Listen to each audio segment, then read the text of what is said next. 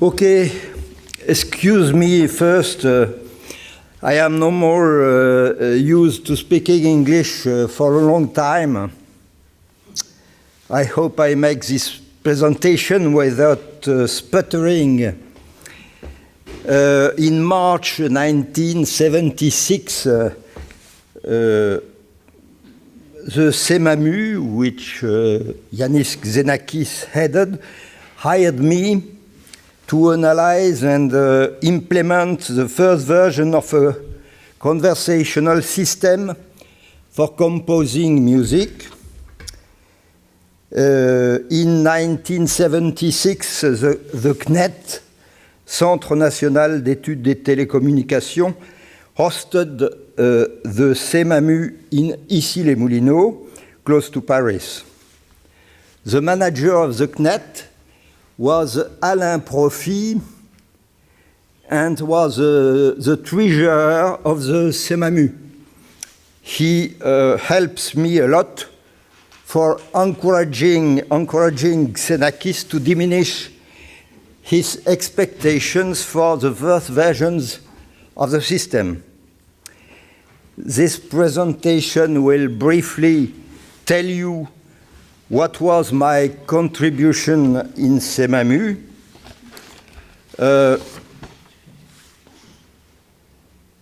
And to describe the very first version of UPIC.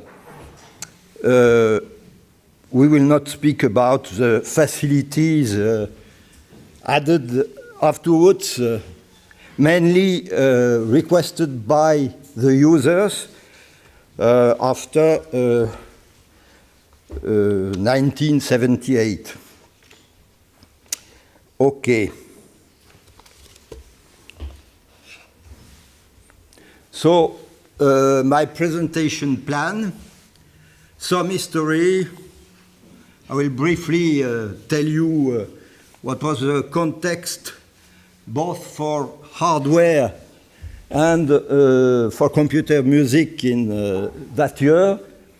Some acoustics. We will define here some words useful for the next slides.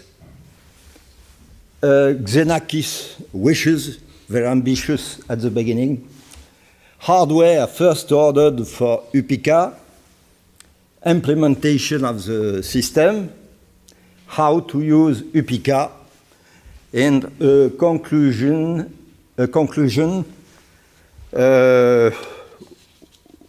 with the users I remember and the events I remember, and my own feeling finally.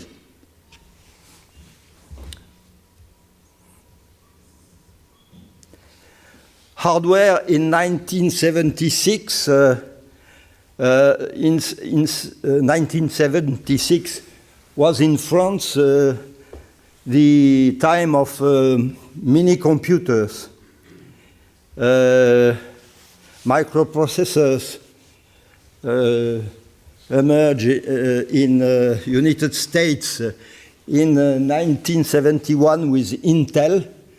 But in France, it was not yet widespread. They were not yet widespread. So the level of performance was very, very far from the present one.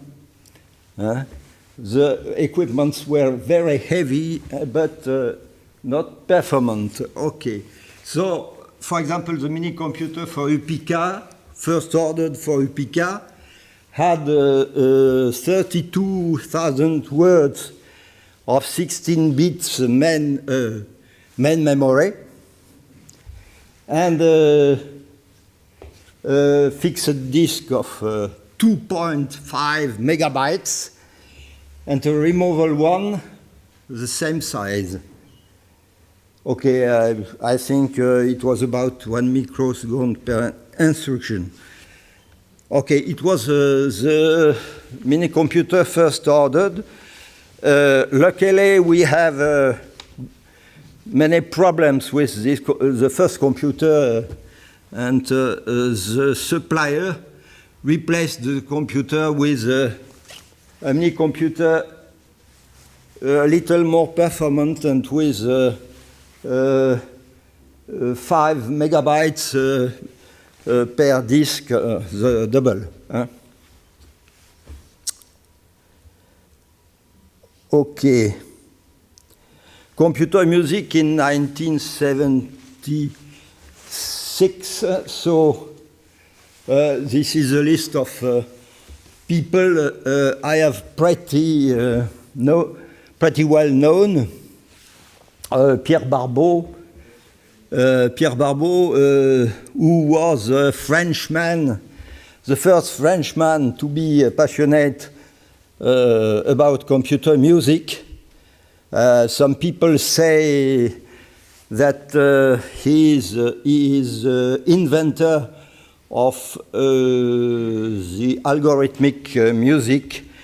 That is to say, you have to define a lot of input data, and afterwards the computer will output music automatically, produces music. It's not the interactive mode of UPIC. Okay, l'IRCAM was the main workforce, and it was a big department in Paris, created by the French state, headed by Pierre Boulez. Et some composers reacted sharply against the monopoly position of IRCAM, such as Xenakis and Jean-Claude Eloi. Nevertheless, some people conducted at IRCAM very interesting research from my point of view. I had contact in particular with Xavier Rodet, who was conducting research about human voice, and Jean-Claude Ristet, of course. Well, but my feeling is that the tools created by all these teams were often very difficult to use by composers who were not computer scientists.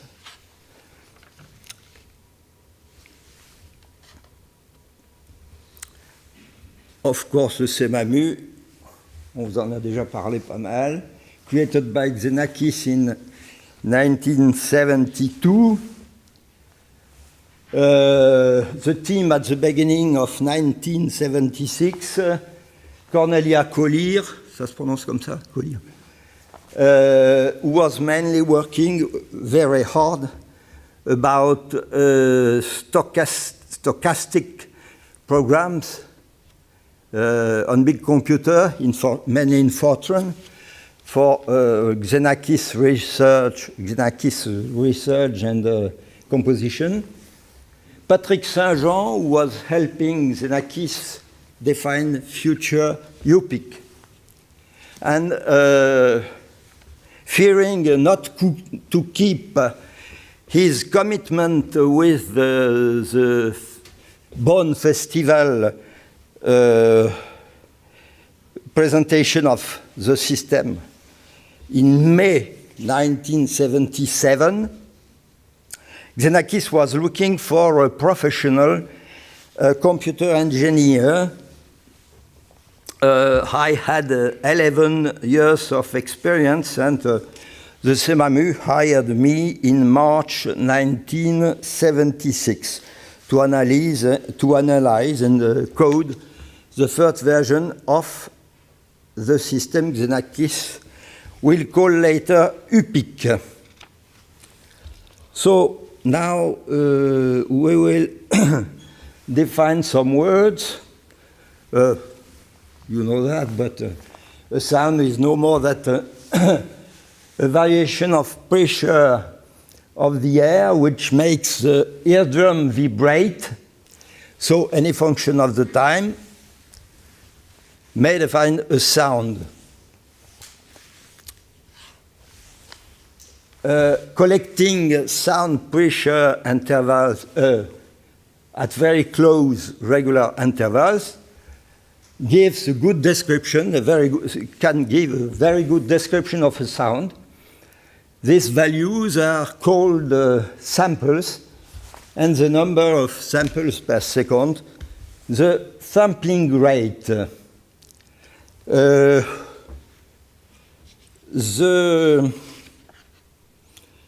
There was a controversy between Xenakis and Hirkam about the choice of the good sampling rate for processing and outputting digital sound. Xenakis thought that it was necessary to work with a sampling rate far higher than the sampling rate strictly needed to hear audible harmonics. Later, experiences were conducted at Hirkam with notes of harpsichord, and it seemed that Xenakis was right.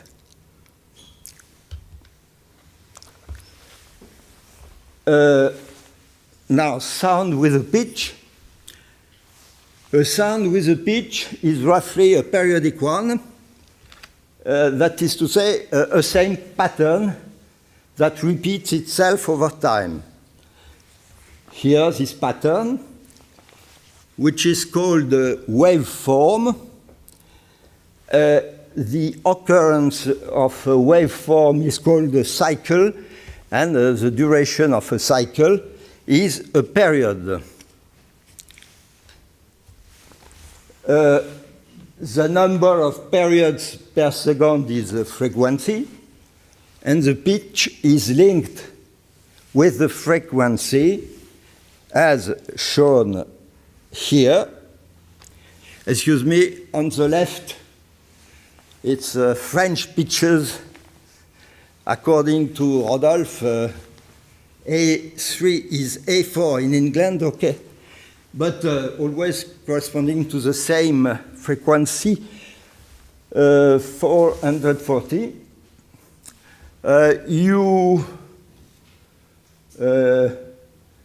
You can notice that from C2 to C3, for example, for an octave leap, the frequency of the higher note is twice the frequency of the lower one.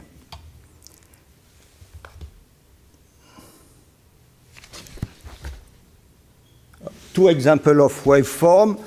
The first one, the waveform is a sinusoid, a sine wave. The corresponding sound has no harmonics. Here is a A letter, but the A in French, so A. The timbre associated with A. Okay, about this shape of sound wave, of waveform, excuse me. The amplitude of the sound pressure changes over the duration of a sound, and the envelope describes this evolution. Okay, so the main basic objects of UPIC are here, waveform and envelopes. Two examples of envelopes. This is on the left an envelope for sound with a percussive attack. So you notice that the slope of the envelope is very steep at the beginning, and on the right, an envelope with a sweet attack.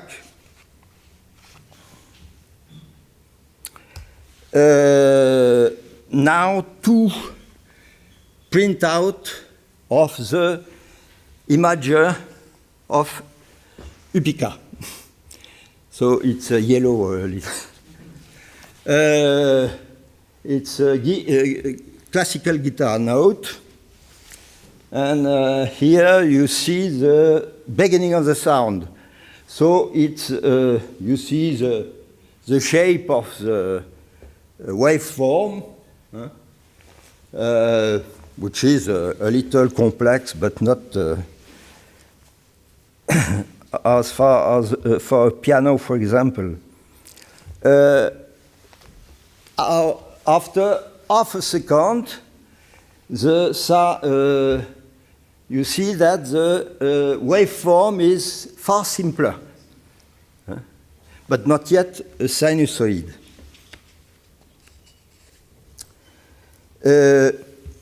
Okay, the classical Fourier series decomposition, a sound pressure for any sound at a constant intensity, maybe the sum of sine vibrations.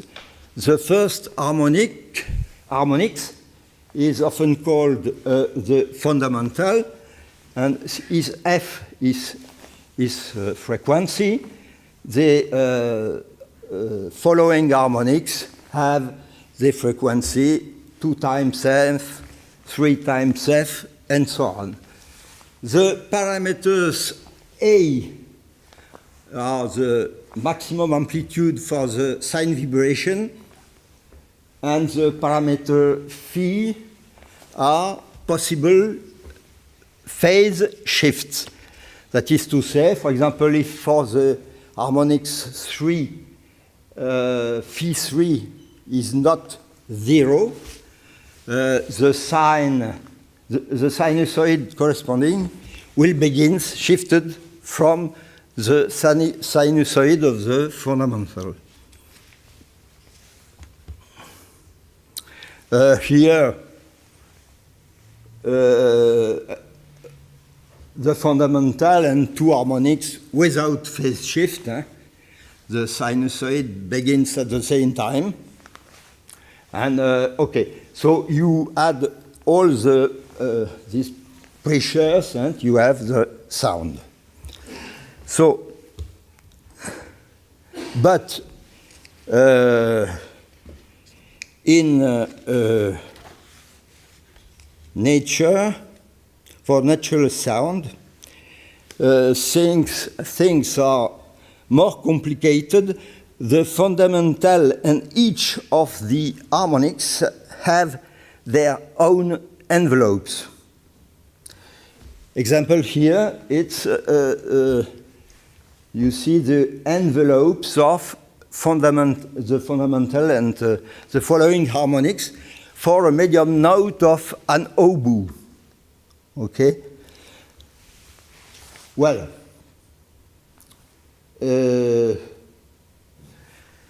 you can notice that the envelope is shorter when the order of the harmonics increases. So, at the very end of the sound, you will hear only, when you add all the pressures, you will have only the fundamental sound, so the waveform becomes a sinusoid.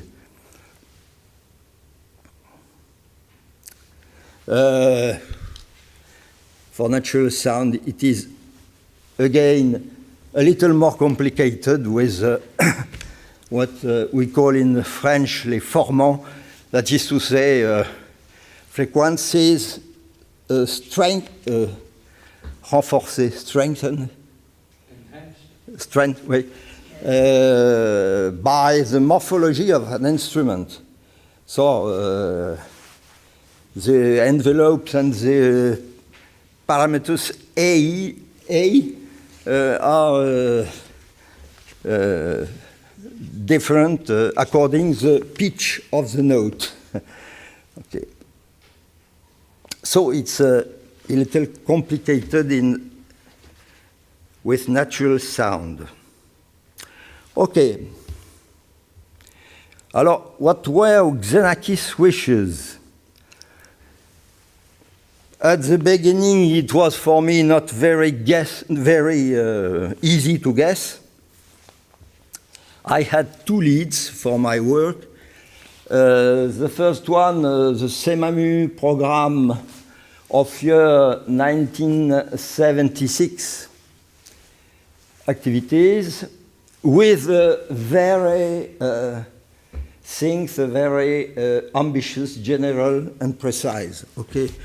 For example, you see an exact extract here of this paper. You see, for example, research about software tools to transform a form. Okay. These words are very far from coding. The second lead.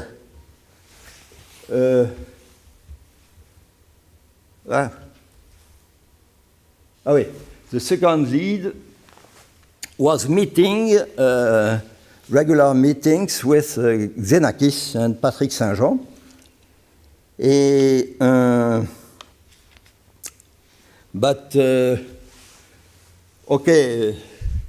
I was fighting for simplicity, and the ideas I was able to understand for coding were conversational system, easy to use, basic objects drawn on a graphic tablet, on large graphic tablet, banks to record these basic objects, time pitch arcs drawn on the tablet, each associated with a waveform of the bank, an envelope of the bank, and maximum intensity, page of music, a set of time pitch arcs.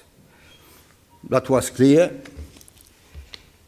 Mainly, I took this idea to build UPIC, the first version. Hardware ordered. You will find in my paper the exact references of the equipment, but roughly we have a mini computer with a disk unit and tape drive. You have equipments for input-output of graphic forms, okay? A large graphic tablet, display console and imager, and equipments for input-output sound. So 16-bit digital analog converter and a 12-bit analog to digital converter. Here it's a drawing, but it's the same thing. Eh? On the top, the graphic input-output, on the left, sound input-output, and the mini computer with disk unit and tape drive to store and manage data.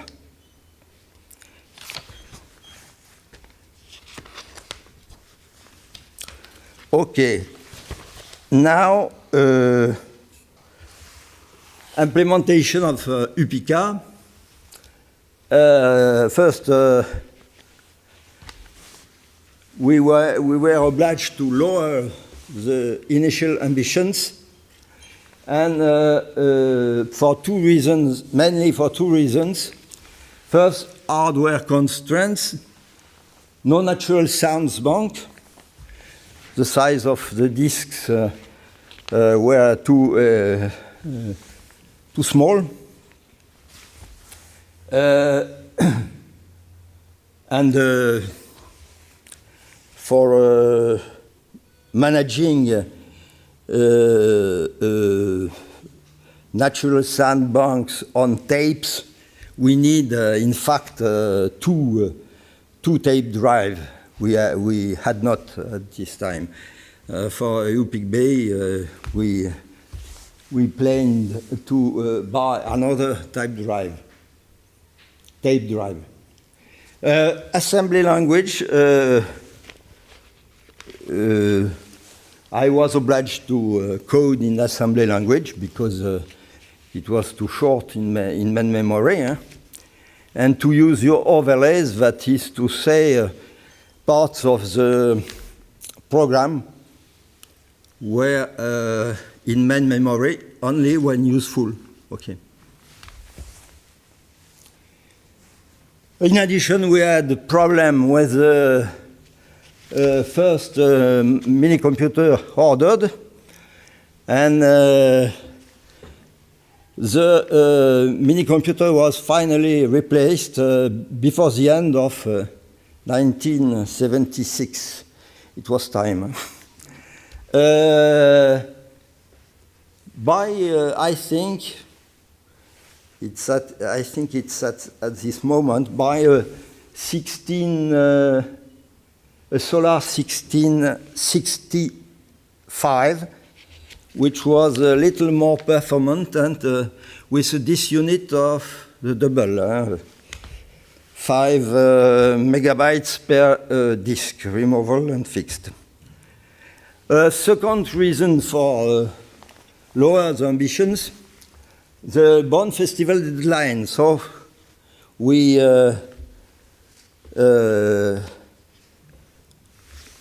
have to show an operational version of the system in May 1977, or at the beginning of May 1976, no hardware components had been delivered. The analysis of the system was not yet over. I told Xenakis that it was impossible to have an operational system in May 1977. Mrs. Salabert, publisher and friend of Xenakis, gave 100,000 francs to hire a person to temporarily help me with the coding. Okay. I was lucky. A former colleague from Cercy, the firm where I was just before, Pierre de Baillancourt, was just coming back from a sabbatical year in America and was looking for a temporary job in France. He was a computer engineer too, and was very soon interested in the system. Thank you, Pierre.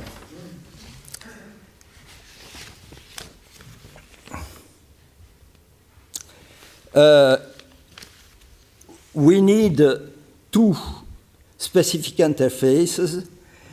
First, an interface between the digital to analog converter and the mini computer. Xenakis wanted 52,000 sampling rate. He was obliged to be a little higher than for the CD. It was really a tough problem. So we analyzed that at the SEMAMU, and luckily I had help of friends of Cercy, my former firm, with people who were very used with these kinds of problem, and they were working on mini computer for industrial applications, and they were always building non-specific interfaces. So after the analysis, the implementation was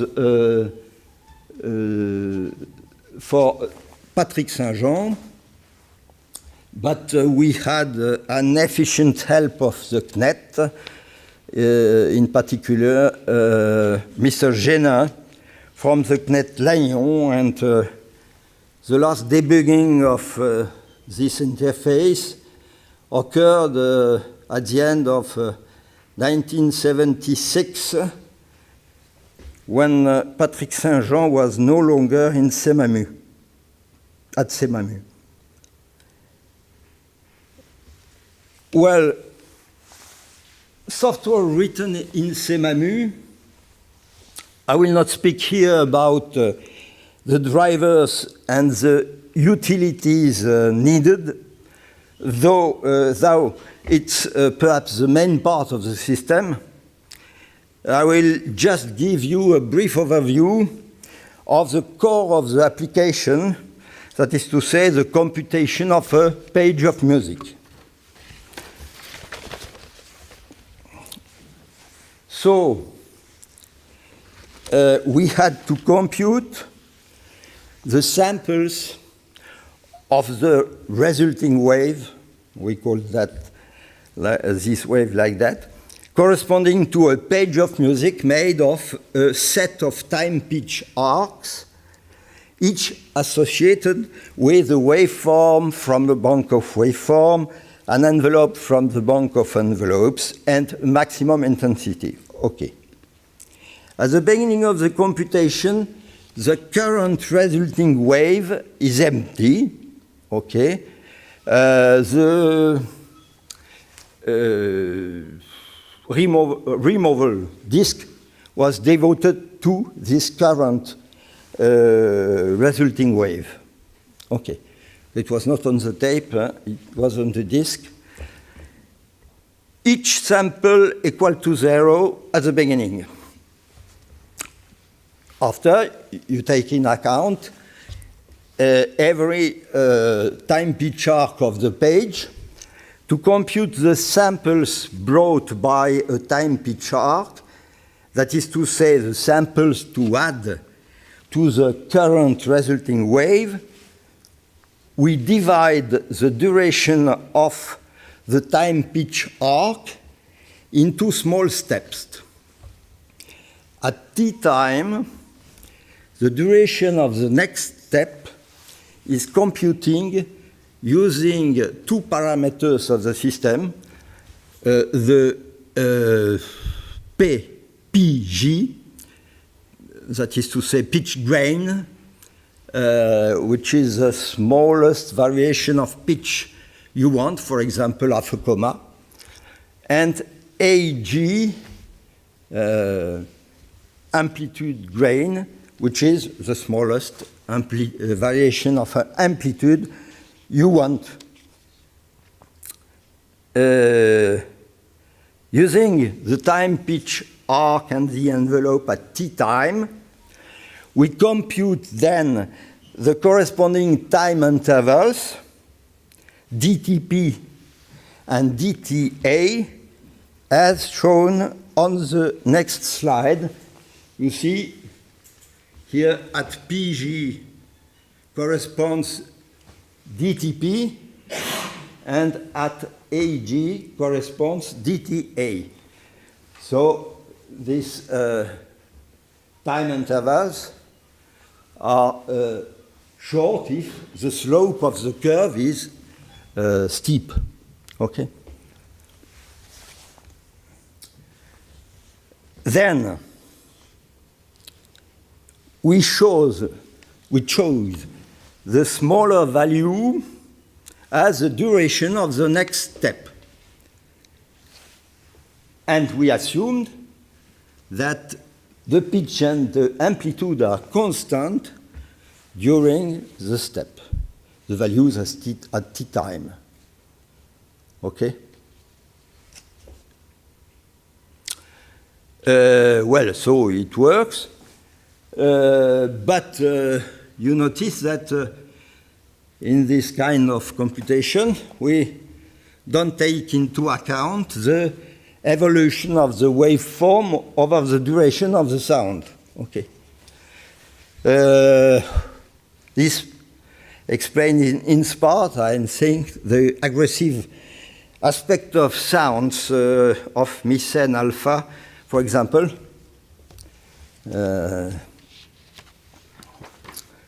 Thou with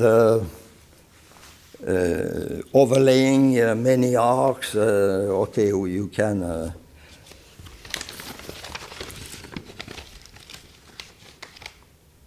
well, now we will tell briefly how to use UPIC. The composer expresses his wishes only with the electronic pencil of the tablet, or graphic tablet.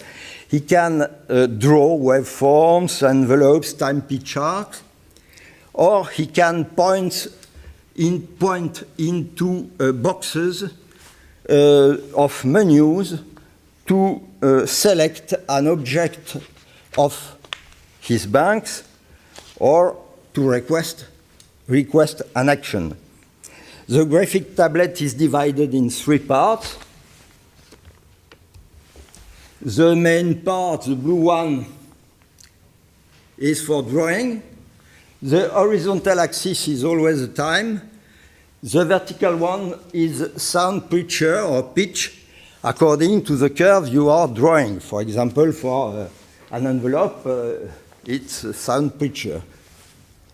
The part 2 is devoted to public menus, parameters, actions, services, and of course the box of validation, OK. And the last part is devoted to the private objects of the users, banks of the users. Is banks of waveform, is banks of envelopes, OK, and so on, of pages. OK, sound waves. The box 0 is the current resulting wave and is used for the computation of the current page. OK.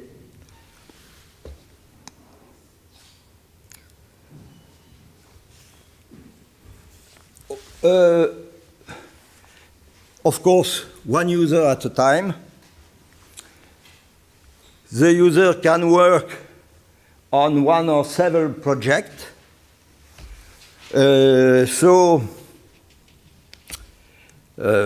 When he wants to work on a project, he has a tape corresponding to his private data for this project, for the banks, and possibly also the sound waves yet computed. And at the beginning of a work with a project, the private data of the user are recorded on the fixed disk, and the removable disk is used for computation of the page.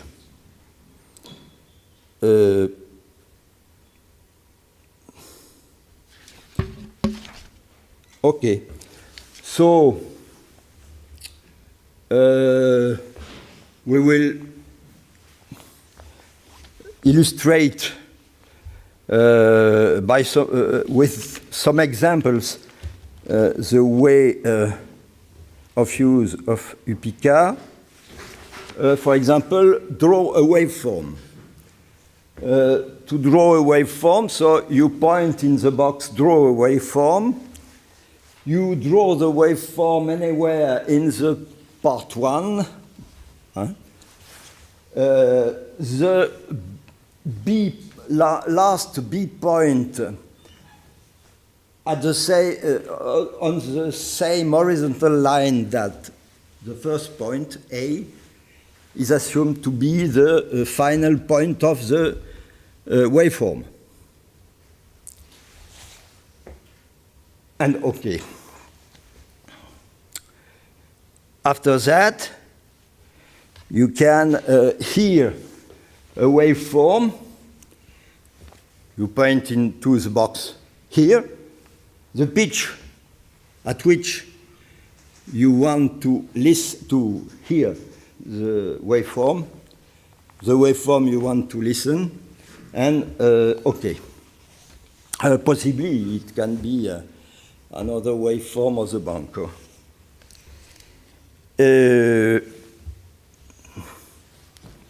If you are pleased with your waveform, you want to record this waveform in your bank of waveforms. So you point record, an identifier of 2 letters, and the waveform, okay, the box 0 of the waveform bank, and okay.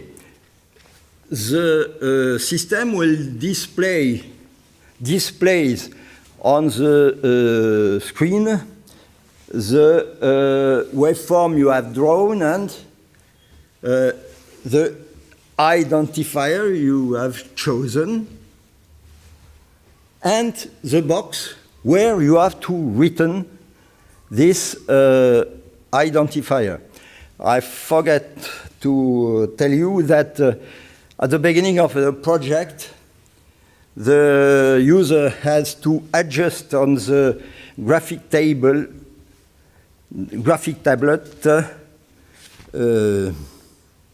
papier calque, comment ça se dit déjà?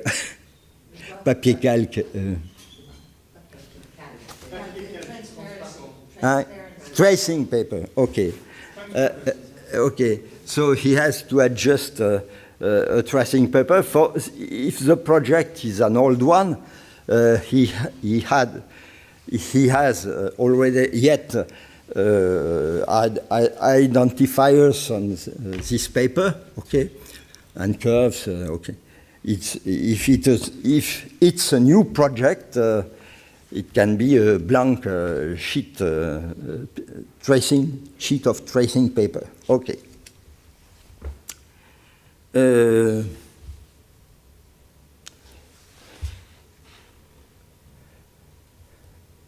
After having entered the basic object or correct basic object, the user can open a page, okay. Possibly he can open a page, an old one, okay. One problem was for the future was that the page was displayed on the screen, but the screen was like that, you know. So it was a little small.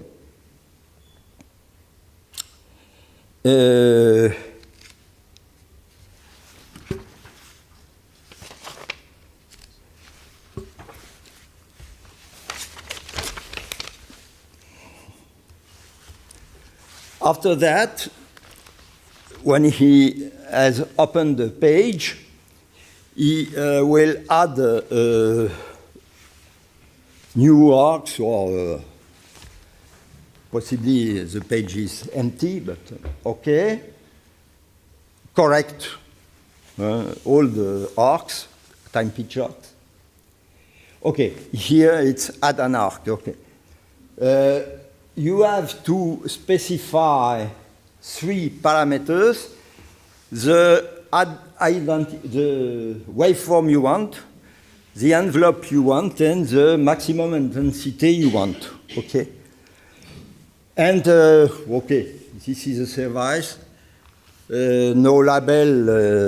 Label means that label means that you want to display the 3 parameters on the display console. Okay, no label, you want not. And afterwards, you draw the time pitch arc. No validation necessary. Hein? Okay.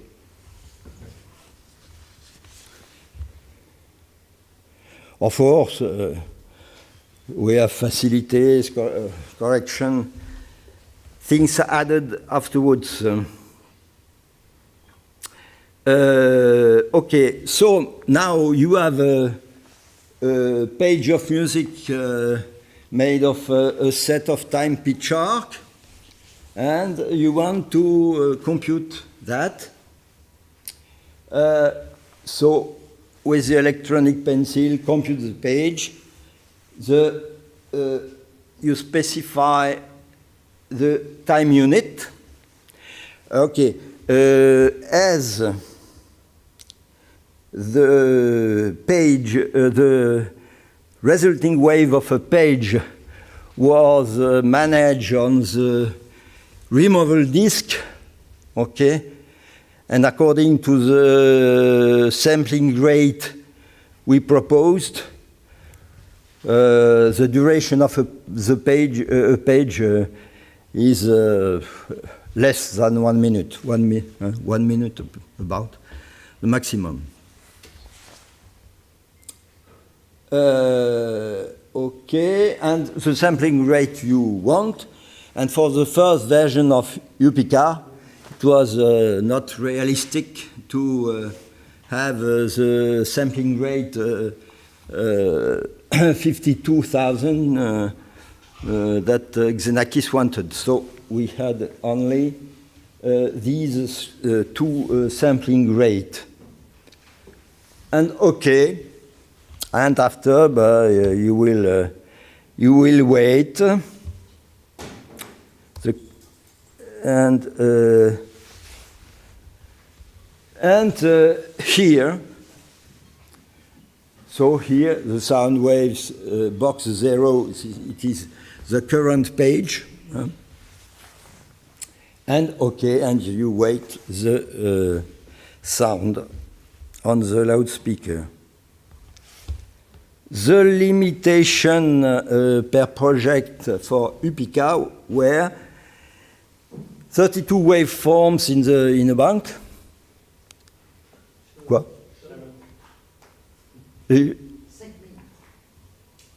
J'ai plus que 5 minutes. Ah, okay, excuse me. Okay, you can read the limitation here. Relative success of UPIC mainly due to easy handling, okay. And the user I remember, François Bernard Mache here. And the event I remember because I was hard working for these events. My own feeling, the timbre of a sound with a pitch only described by its waveform is an enormous simplification both for coding and for the user, but the resulting music is sometimes a little rustic. Okay. I thank a lot Xenakis Center, in particular Sharon, for her dedicated assistance. I thank the ZKM for having invited the ancestor that I am here. It was at the Festival of Lille in 1980. And you see part of UPIC A. On the left, the tape driver. On the right, the mini computer with its disk unit far heavier than a tablet. Okay.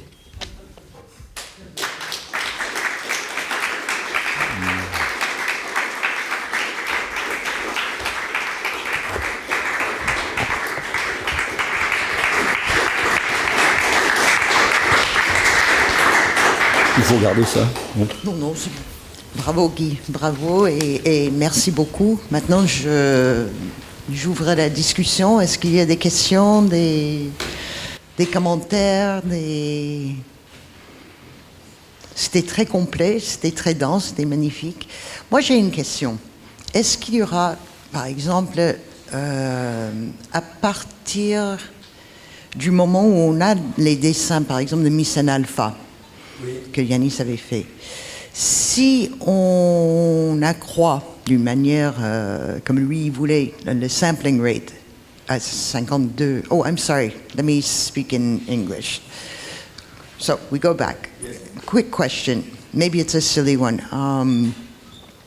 Since we have, for example, Xenakis' drawings of Misan Alpha, if today we would retrace them on a machine that would have a higher sampling rate, do you think that we would get rid of this rustic sound? Would there... Alors, si on redessine Misan Alpha, et avec le sampling rate qu'on augmente avec les versions ultérieures... I understand your question. I think we cannot have the form of the periods that Iannis used. Non, mais c'est simplement sampling rate. Yeah, les mêmes dessins, les mêmes périodes, les mêmes enveloppes. Ouais. Et derrière le micro, monsieur. So, to compute the problem is how to restore the drawings of Xenakis. Yeah. Well, we have the calc, but I'm asking the question because Daniel Teja, who did some of or a lot of the digitization for us of our archives, but also is really an expert on Xenakis' electronic music in general and a fantastic performer, conductor, I would say, of his electronic music. For example, when we had trouble finding the tape part of Kanach. We could only find copies of copies of copies, and then suddenly something showed up that was only like a copy of a copy in Australia, which we were able to get back, and Daniel remastered this. And he remastered it at a sampling rate, or did whatever magic Daniel knows how to do, where you can hear things that were never audible before. So yes, I was wondering with the sort of historic UPIC pieces, whether this is something that could be interesting to do or possible. Probably it could be interesting, but you have the drawing of the pages, you have not the drawing of the envelopes. Right. Or the aggressive so aspects you cannot have me. this. Oui. It's lost. Yeah. Okay. The sound will be better, but with aggressive aspects. Yeah. Any other questions? I got a funny question. Do you think the design of the table was for left-handed people, or was there something about that? Est-ce que le format de la table était fait pour des gauchers? As guitar, yes. I don't know. There was no decision made about that. Yes. Oui. The menu, the public menus were on the right, for example. Okay. But, yes, that's the reason true. why I asked. No, so I can answer no. Okay. The problem is that the time is always from the left to the right.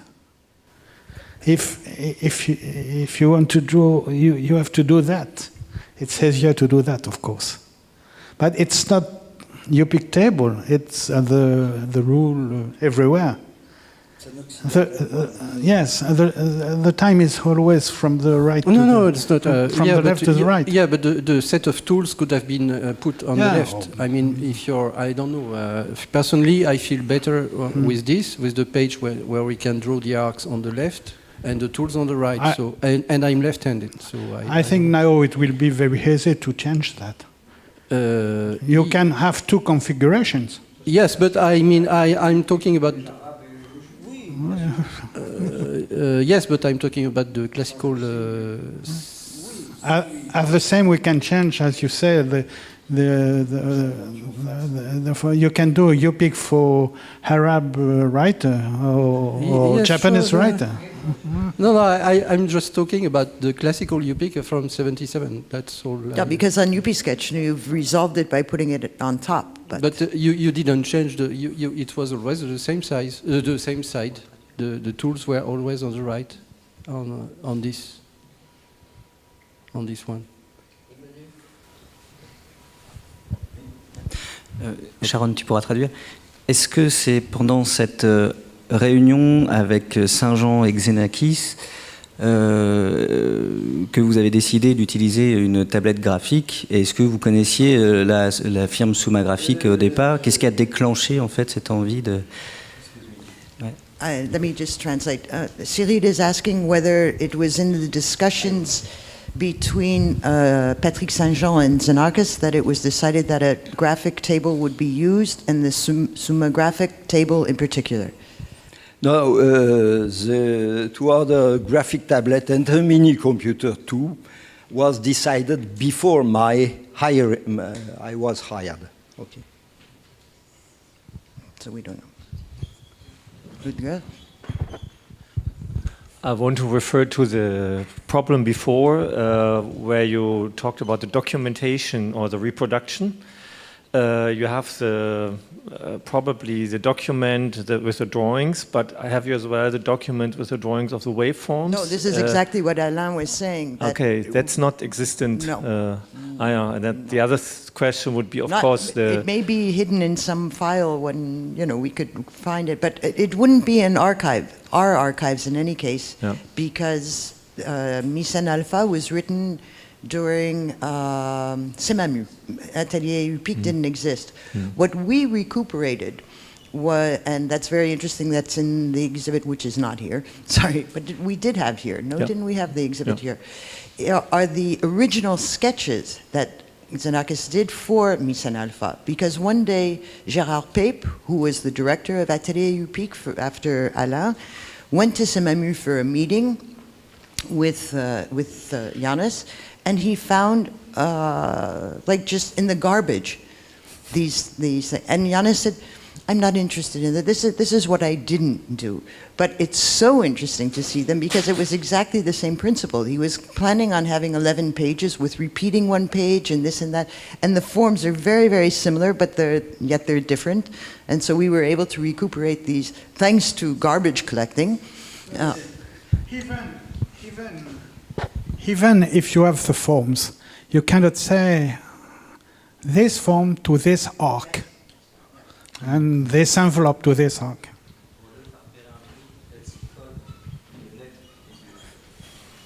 Les codes de lettres et de chiffres sur la Mycène Alpha qu'on a vu sur les pages.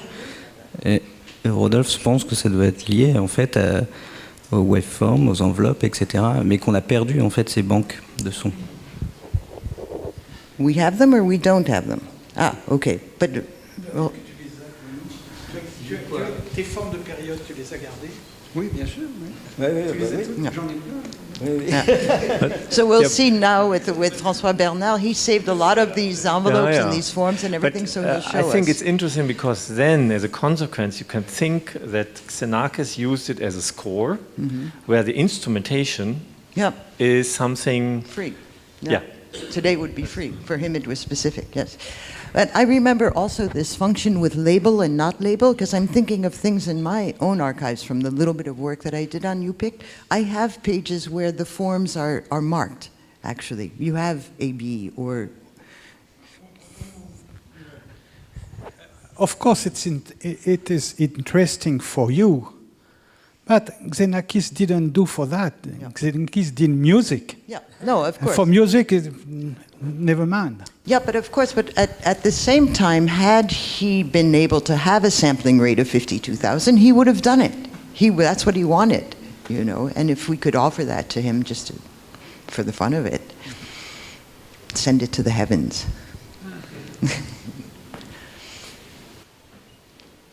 Any other questions?